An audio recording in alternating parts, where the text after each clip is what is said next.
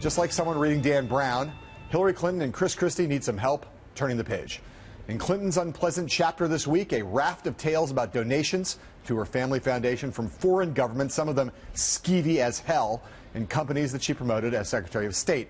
In Christie's, a litany of deserting donors and accusations that he is high on his own fumes. Mark, can Christie and Clinton figure out a way to change their storylines? It's going to be hard for Clinton to do it. It's clear that a lot of investigative reporters are digging deep on the Clintons, and her campaign, her operation is not responding. I think it's going to be very hard for her to turn the page until she becomes a candidate. It doesn't look like that's going to happen anytime soon. Christie, I think, has more of a chance to do it than most people realize. He's going to unveil a budget. He's going to speak at CPAC and give some other high-profile speeches. And I believe that he's coming to the realization that he's going to need to fight for the nomination, and that'll be a page-turner right there if he starts to do it. Well, I think on the Christie thing, there's a lot of momentum out there for the story of the notion that he's in a downward spiral, and that a lot of people, you talk to people in New Hampshire and Iowa, South Carolina, that none of these people believe operatives, key operators, they don't believe. People are writing him off 0% he can win those states.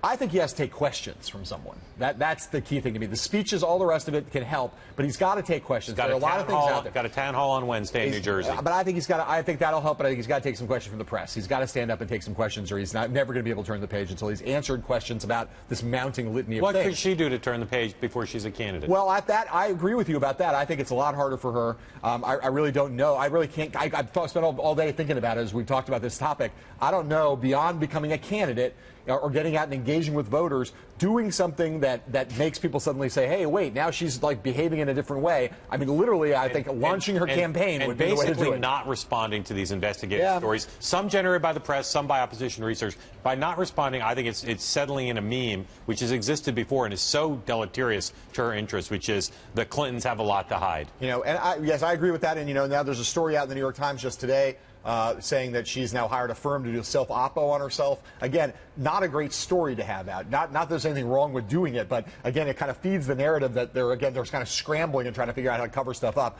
She's got some public events coming up. She's given a talk out at a tech conference in California. She's speaking at, as I understand it, to an Emily's List event. Yeah. But those hard to turn the page. Those things will not turn the page for her. They'll be too canned, I think. I agree. Yeah. All right.